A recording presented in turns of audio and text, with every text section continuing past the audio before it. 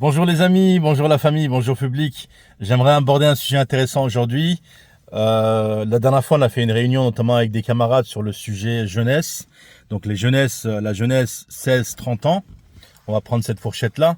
16-30 ans. Alors, euh, il y a déjà des moyens en place sur les jeunes. On n'est pas en train de tout remettre en cause, de tout remettre en question, mais il faut donner davantage sa place aux jeunes, notamment ceux qui ont entre 16 et 30 ans de manière significative. Il faut axer dans vos villes les jeunes, notamment que ce soit les jeunes de cité, qui sont généralement dans des situations plus difficiles et plus précaires que les jeunes, le reste de la population, ceux qui vivent généralement dans des pavillons ou dans d'autres quartiers. Mais les jeunes, il faut qu'ils se dirigent vers les services jeunesse de leur ville. Il y a énormément d'activités, il y a énormément de moyens.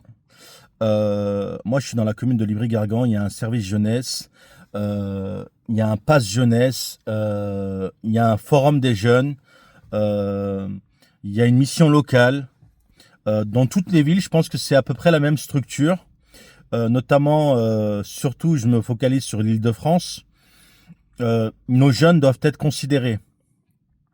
Il faut que nos jeunes prennent le pouvoir. Il faut qu'on aime nos jeunes. Il faut que la politique soit axée vers la jeunesse. Il faut que les moyens soient axés sur les jeunes. Euh, Pourquoi les jeunes? Le rêve de chaque jeune,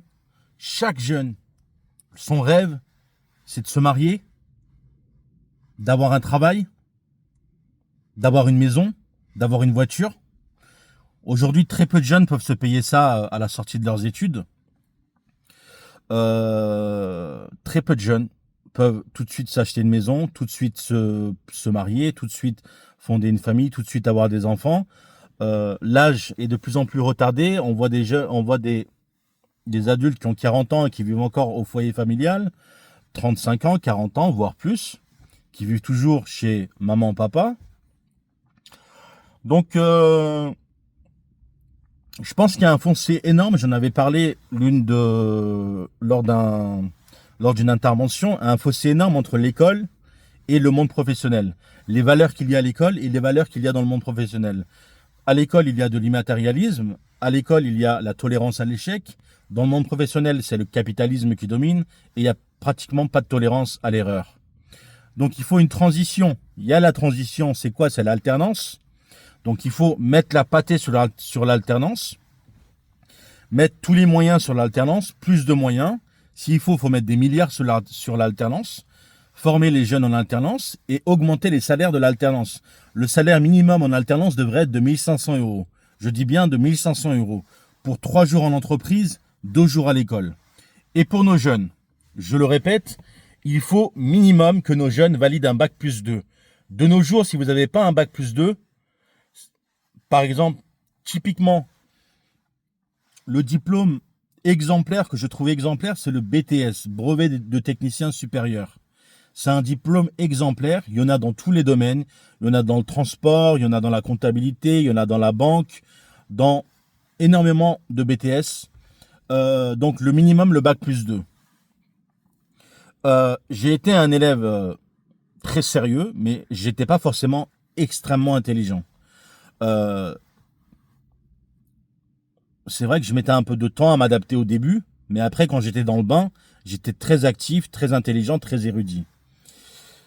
Nos profs, c'était dans les années 2000, de 2003, on va dire, des années 2000 aux années 2007, 2000-2007, j'étais au lycée Wallum à Aulnay-sous-Bois. Je donne juste un exemple personnel qui peut être valable actuel dans la société. Nos profs nous rabâchaient tout le temps: vous allez avoir un bac plus 2, vous devez avoir un bac plus 2, vous allez fournir tous les efforts pour avoir un bac plus 2. On va vous aider à avoir un bac plus 2. S'il le fallait, il nous répétait 10 fois, il nous expliquait 10 fois les mêmes choses. C'est ce genre de prof qu'on avait. C'est vraiment ce genre de prof qu'on avait. Pour ceux qui voulaient s'en sortir, même les jeunes issus de l'immigration, même les jeunes issus de parents étrangers qui n'ont pas forcément le même bagage culturel et éducatif qu'un jeune français de souche ou qu'un jeune autre français qui a plus ou moins des difficultés parfois à assimiler de la connaissance. Pour ceux qui veulent s'en sortir, les profs sont là. Il faut y croire. Il faut que vous y croyez. Et il faut que chaque jeune obtienne minimum un bac+2. Ça doit être l'objectif. Au moins un BTS, minimum un BTS. Après, licence, master, doctorat, c'est toujours du bonus. C'est toujours du bonus. Donc, j'en reviens au sujet. Nos jeunes, qu'est-ce qu'ils veulent? Ils veulent se marier, avoir des enfants, avoir une maison, avoir un travail, avoir une voiture, consommer, vivre dignement. Donc, je disais l'alternance, donc 1500 € minimum pour les gens en alternance. Et après, une fois qu'il est sorti de l'alternance, on le monte minimum à 2005. Et voilà.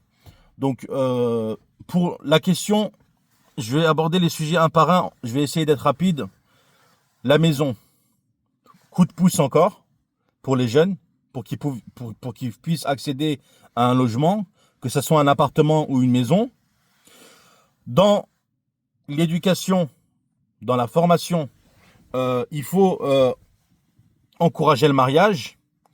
Il ne faut pas qu'on soit dans la société où sans arrêt les jeunes, on met en place une politique, une culture de l'éducation sexuelle où chacun fait tout et n'importe quoi. C'est important de respecter la femme, que l'homme respecte la femme et que la femme respecte l'homme et que les jeunes puissent se marier. L'objectif, ça doit être se marier. L'objectif, ça doit pas être, excusez-moi de l'expression, mais d'avoir des relations sexuelles avec tout et n'importe qui. C'est pas ça, la société modèle.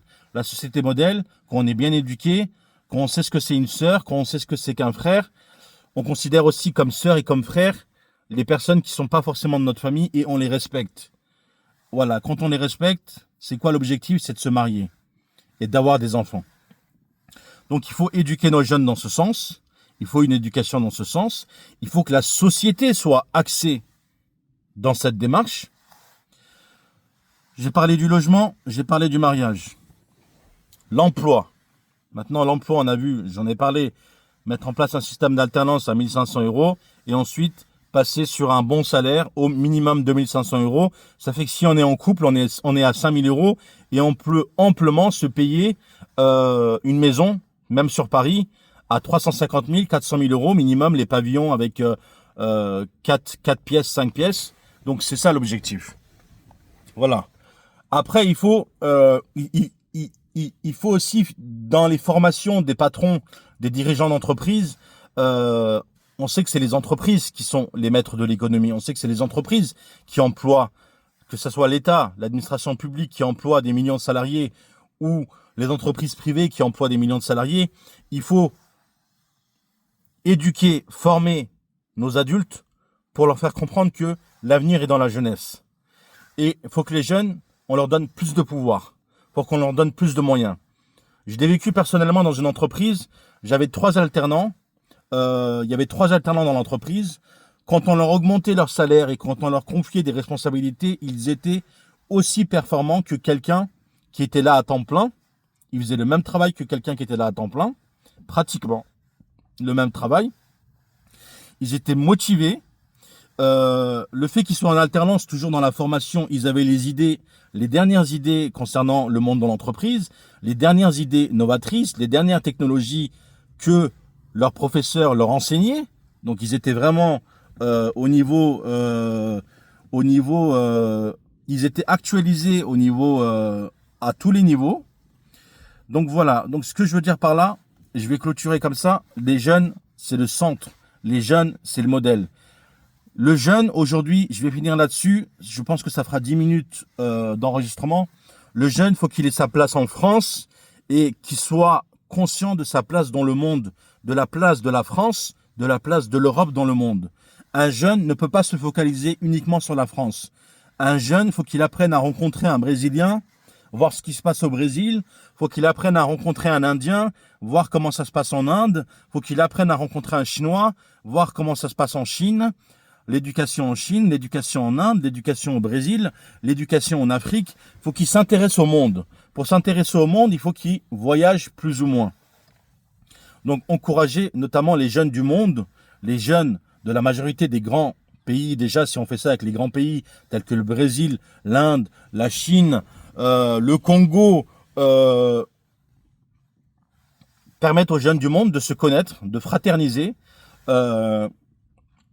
Voilà. Il faut qu'il ait un esprit national, le jeune, mais un esprit aussi mondial.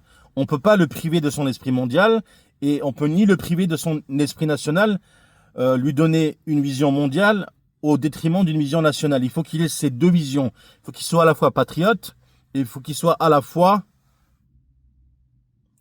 humaniste, mondial. Il faut éduquer dans ce sens, il faut former dans ce sens, il faut donner de la place à nos jeunes. J'ai des frères et sœurs. En tant qu'aîné de la famille, encore ma vision personnelle des choses, j'essaie de parler avec eux, j'essaie toujours de dialoguer avec eux, j'essaie de leur donner des conseils, j'essaie de les motiver, j'essaie de leur parler de mariage, j'essaie de leur parler d'emploi, j'essaie de leur parler de formation, j'essaie de leur parler d'accéder à la propriété. Ça, c'est le dialogue dans la famille. Je pense que 70% du travail se passe au sein du foyer. Et 30% restant, c'est l'éducation nationale qui doit prendre le relais, et notamment les patrons après, parce qu'il y a une éducation aussi dans le monde professionnel, on est toujours éduqué. Il y a la culture d'entreprise, par exemple, la culture d'entreprise. Je vais couper là. Prenez soin de vous. Bon travail à tout le monde. Bonne continuation à tout le monde.